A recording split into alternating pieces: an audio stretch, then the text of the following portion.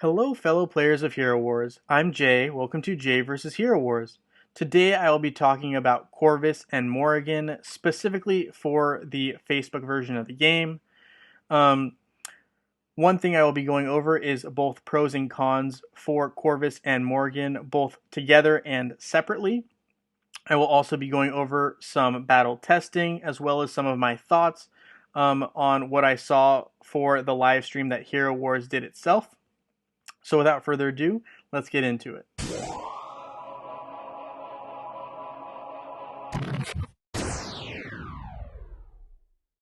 Alright guys, so here I will be talking about Corvus and Morrigan, pros and cons. To start off, right, Corvus and Morrigan together are both undead heroes, and they have synergy together. It just makes sense, right? Morrigan heals Corvus because he's an undead ally. So right there, immediately you have synergy.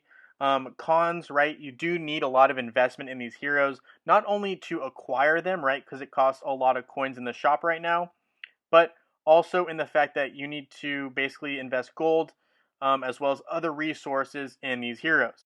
Another con that I alluded to earlier is that they have no additional undead allies. Only Corvus and Morrigan right now on Facebook are undead heroes. Looking at these heroes individually, right, we have Corvus and his pros and cons. Pros, he has off the chart high attack stats. He also has a decent amount of health. Some of his cons though, his defense is super low and he has like almost no armor. So if any opposing team deals a lot of damage, Corvus might be done real fast.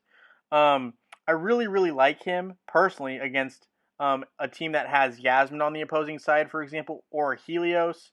Um, the altar that Corvus can summon, right, his third skill, is just lethal against those two heroes in particular. I don't really like him against teams that have Celeste, Kark, Orion, or Anvari. I will definitely show some battles here in a little bit, but really don't like him in those matchups. They're not favorable in my opinion. But again, this is on a singular level, so that is Corvus. Now knowing what I know about the Facebook version of these two heroes, Morrigan would easily, in my mind, be the single hero that I would want if I could only have one of either Corvus or Morrigan. She's a great counter for heroes that revive or resurrect. So specifically, I'm talking about Rufus and Astaroth. Rufus is a major problem for teams that are all magic damage. Morrigan can resolve that issue. She basically has like one of her skeleton minions, right? Be summoned up instead of Rufus reviving. Same case with Astaroth, which is kind of a blow in my opinion to Astaroth. Yes, he was counterable with other heroes, but this really kind of puts a dent in his um, S tier category, in my opinion, right? Of course, that's up for you guys to decide as well. But cons, her skills center around her skeletons and only her skeletons. So she's really, I don't want to call her a selfish hero, but she doesn't really help her team right now other than Corvus because there's no other undead allies that Morrigan can help heal.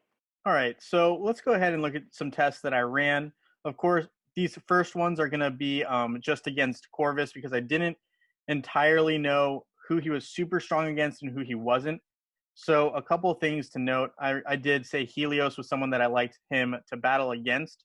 So here is a battle of Helios and Corvus. Of course, it's one-on-one. And the other problem that I'm having with testing right now is pets are not automatically absolute, and you can't just insert them into these testing situations. There goes Helios. Um, so that can make some things a little tricky. Full disclosure there. Here is, I think, Celeste, right? Yeah, Celeste. Honestly, in my opinion, destroying Corvus one-on-one.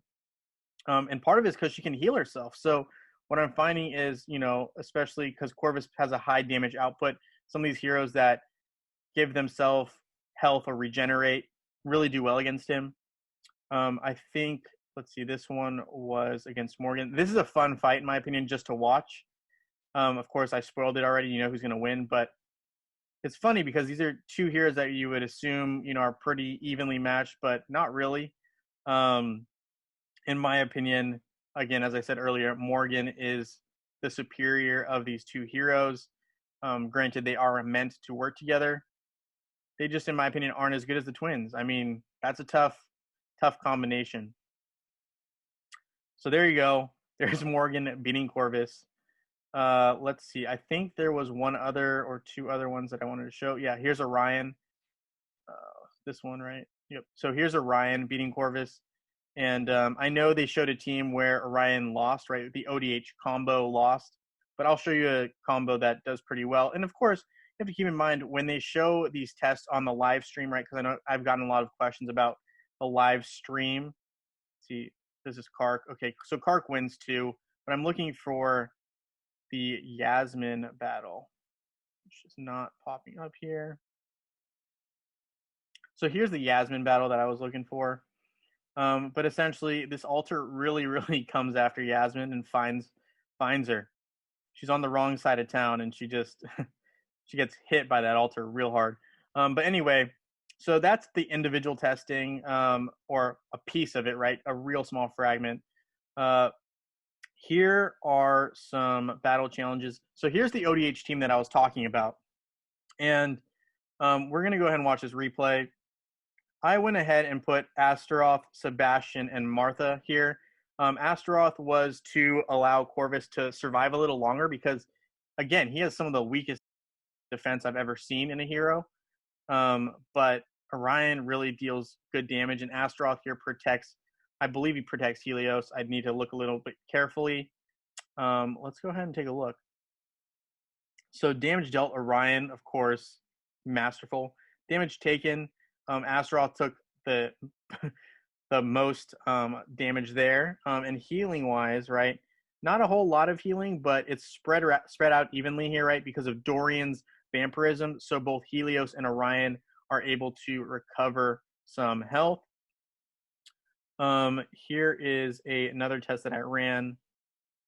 This team, though, will beat this ODH combo, right? This is one of the teams I believe that was on the live stream.